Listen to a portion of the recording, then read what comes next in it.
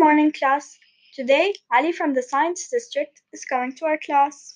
Oh yes, I remember Heidi. He taught us about Newton's first law of motion. Today, he's gonna tell you about Newton's second and third law of motion. Hello everyone, let's start learning about Newton's second law of motion.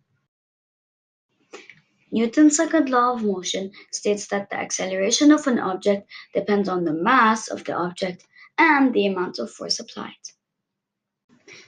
To cause an object to accelerate or speed up, a force must be applied. The more force you apply, the more acceleration occurs. With bigger mass, more force is required. I don't really understand. Let me simplify it for you. This is the formula for Newton's second law of motion. F equals m times a, where the F stands for force, the m stands for mass, and the a stands for acceleration.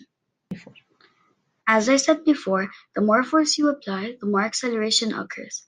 As you can see here, the child and the dad are both pushing the same cart.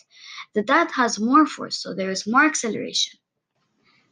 Greater mass decreases acceleration.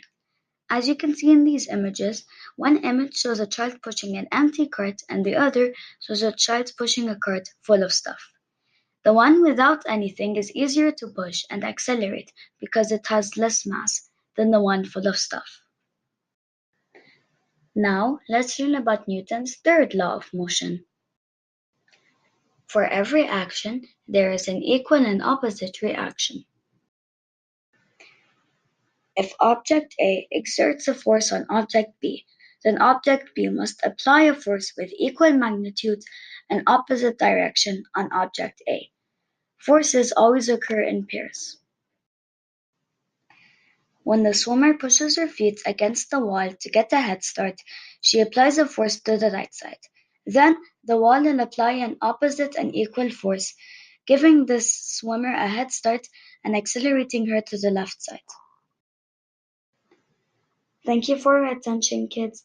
And if you have any more questions about science or physics, just check out the other Science District videos. See you later.